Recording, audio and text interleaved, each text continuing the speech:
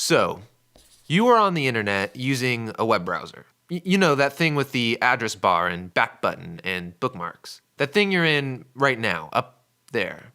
Yeah, that's your web browser. If you're like me, when you're on your computer, you spend something like, 90% of your time on the internet in a browser. There's emails, chatting, you're reading news, watching videos, playing games, you're buying things, just to name a few. Which kind of makes the web browser the most important program on your computer. And if you think about it, it hasn't always been this way. You see, web browsers were first designed a long time ago with the old internet in mind. You know, back when it was slow and mainly just words with links that just send you to more words with links, back before all of these innovations. So some guys at Google asked, what if we redesigned the web browser from scratch with an eye towards the new web? You know, maps, video, and web apps that are a lot more dynamic. And so they created Chrome, a web browser that's crazy fast on today's internet. And it's sleek and more secure, but mostly it's really fast. I mean, my biggest question when I boot up my computer is how long till I get on the internet, right? I mean, if there isn't any internet, I might not even use my computer. Did you know that even the fastest computers will still take like 45 seconds to boot up? 45 seconds! You can make a sandwich in that time.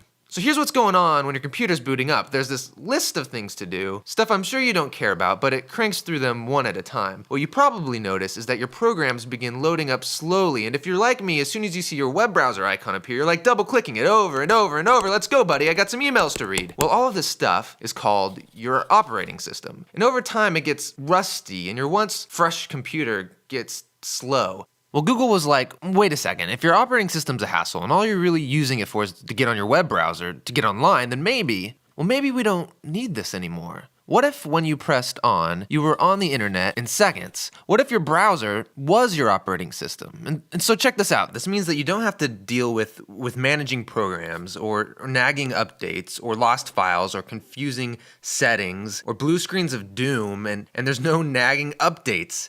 Just your browser. Which means you can still listen to music, you can watch movies, interact with friends, you're creating documents, you're playing games, you're writing your emails, you're doing all of this stuff that you were already doing on the internet. But here's the thing, none of this is stored on your computer. What? None of it, you ask? Yeah, none of it. Really nothing? Yeah, nothing is stored on your computer.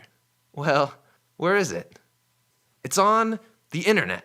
You know, like when you access your emails from your computer and your phone, the email, it isn't stored on either device. So if everything's stored on the internet, then your phone, your computer, all of these devices are what people call stateless, which is kind of a big word, so maybe just remember this. Chrome is a totally rethought web browser, and you can download it right now on your computer. But Chrome OS is a totally rethought computer that lets you stop worrying about your computer so you could focus on the internet. Which is what most of us use our computers for nowadays anyways.